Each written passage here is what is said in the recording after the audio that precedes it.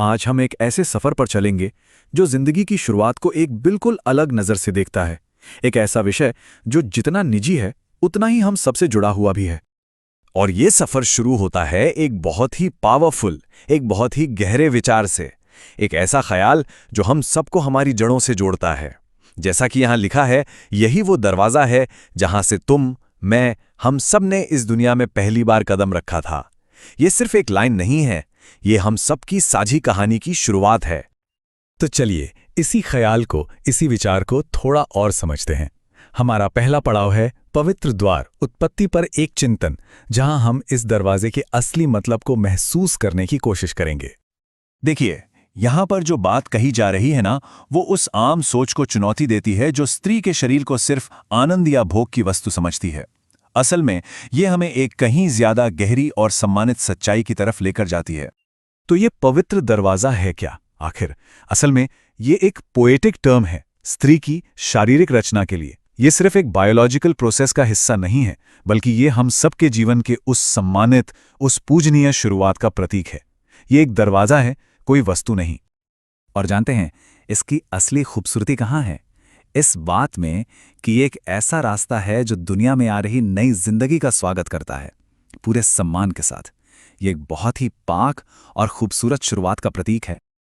लेकिन अब कहानी में एक बहुत गहरा और सच कहूं तो एक बेचैन कर देने वाला मोड़ आता है। हमारा अगला सेक्शन है सम्मान के विडंबना, एक गहरा विरोधाभास। यहां पर एक सवाल खड़ा होता है, एक ऐसा सवाल जो हम सबको अंदर तक झकझोर देना चाहिए। फिर भी विडंबना देखिए, ये कोई मामूली सवाल नहीं है, ये समाज के दोहरेपन पर एक सीधी चोट है। और ये विडंबना, ये हिपोक्रेसी इस स्लाइड पर एकदम साफ है। एक तरफ जीवन का रास्ता, वो पवित्र रास्ता जहां से हम सबका वजूद है, और दूसरी तरफ ठीक उसी चीज को समाज में सबसे भद्दी, सबसे अपमानजनक गालियों का जरिया बना दिया गया है। कितना गहरा और तकलीफदेह विरोधाभास है ये। चलिए इसको थोड़ा और खोलकर समझते हैं। एक तरफ समाज महिलाओं के सम्मान की बड़ी बड़ी बातें करता है, लेकिन दूसरी तरफ सबसे गंदी गालियां अक्सर उनके शरीर से ही निकलती हैं।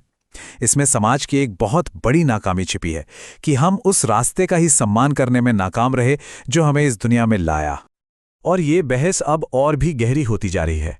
अब हम बात करेंगे दिखावे के सम्मान और सच्ची बराबरी के बीच के फर्क की। हमारा तीसरा सेक्शन है पूजा बनाम समानता, सबसे कठिन कार्य। ये लाइन सच में बहुत गहरी है। समाज को स्त्री की पूजा करना आता है क्योंकि पूजा में सवाल नहीं होते। सोचिए इस बारे में, जब आप किसी को देवी बना देते हैं, एक ऊंचे आसन पर बिठा देते हैं, तो फिर बराबरी की बात ही खत्म हो जाती है। कोई सवाल नहीं, कोई अधिकार नहीं। ये सम्मान दिखाने का एक आसान तरीका है, पर क्या ये सच में सम्मान है? और असली मुश्किल यहीं से शुरू होती है। लेकिन बराबरी देना, सम्मान के साथ जीने देना, यह सबसे कठिन कार्य है। क्यों?